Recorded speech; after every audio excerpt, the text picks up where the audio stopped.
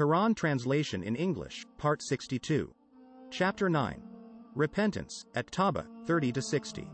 The Jews say, Ezra is the son of Allah, while the Christians say, the Messiah is the son of Allah. Such are their baseless assertions, only parroting the words of earlier disbelievers.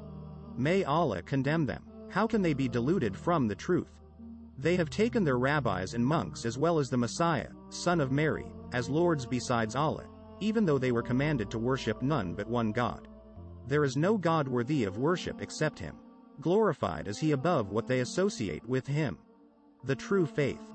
They wish to extinguish Allah's light with their mouths, but Allah will only allow His light to be perfected, even to the dismay of the disbelievers.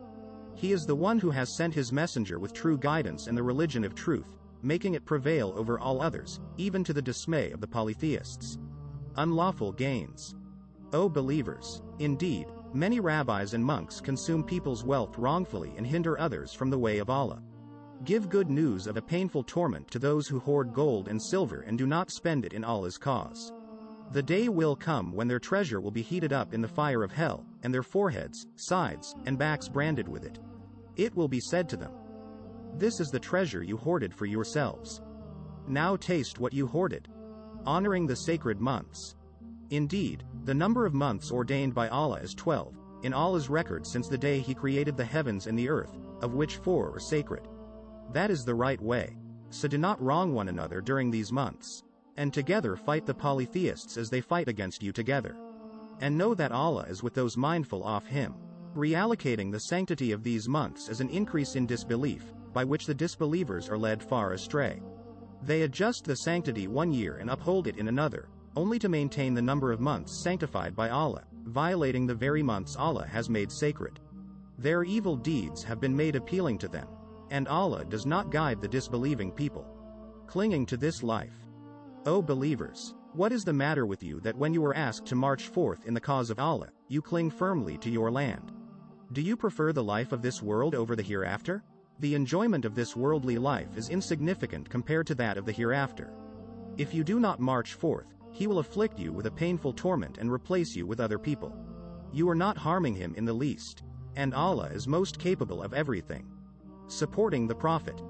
It does not matter if you believers do not support him, for Allah did in fact support him when the disbelievers drove him out of Mecca and he was only one of 2.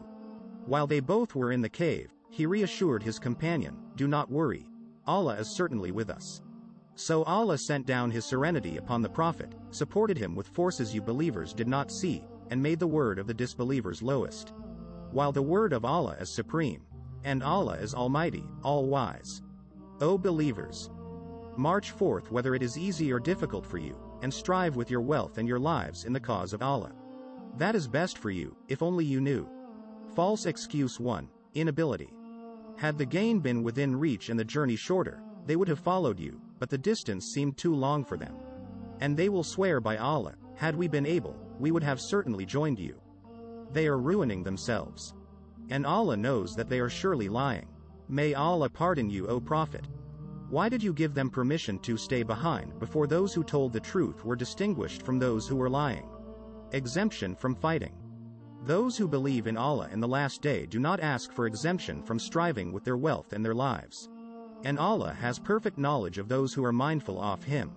No one would ask for exemption except those who have no faith in Allah or the last day, and whose hearts are in doubt, so they are torn by their doubts. The troublemakers. Had they really intended to march forth, they would have made preparations for it. But Allah disliked that they should go, so He let them lag behind, and it was said to them, "Stay with those helpless who remain behind."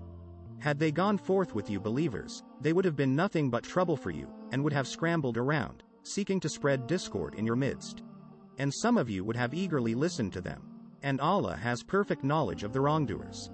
They had already sought to spread discord before and devised every possible plot against you, O Prophet, until the truth came, and Allah's will prevailed, much to their dismay.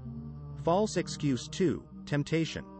There are some of them who say, "Exempt me and do not expose me to temptation." They have already fallen into temptation. And hell will surely engulf the disbelievers. Those who stayed behind.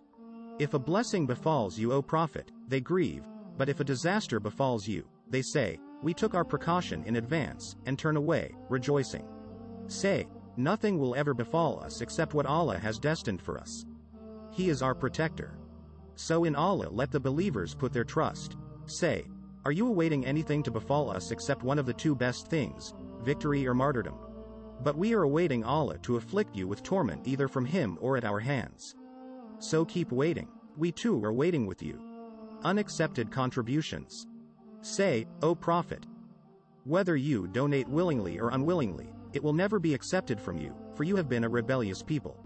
And what prevented their donations from being accepted is that they have lost faith in Allah and His Messenger. They never come to prayer except half-heartedly.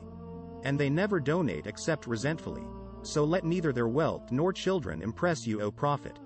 Allah only intends to torment them through these things in this worldly life, then their souls will depart while they are disbelievers. False oaths. They swear by Allah that they are part of you, but they are not. They only say so out of fear. If only they could find a refuge, or a cave, or any hiding place, they would rush headlong towards it. Discontent with charity. There are some of them who are critical of your distribution of alms, O Prophet. If they are given some of it they are pleased, but if not they are enraged. If only they had been content with what Allah and His Messenger had given them and said, Allah is sufficient for us. Allah will grant us out of His bounty, and so will His Messenger. To Allah alone we turn with hope. Alms tax recipients. Alms tax is only for the poor and the needy, for those employed to administer it, for those whose hearts are attracted to the faith, for freeing slaves. For those in debt, for Allah's cause, and for needy travelers. This is an obligation from Allah. And Allah is all-knowing, all-wise.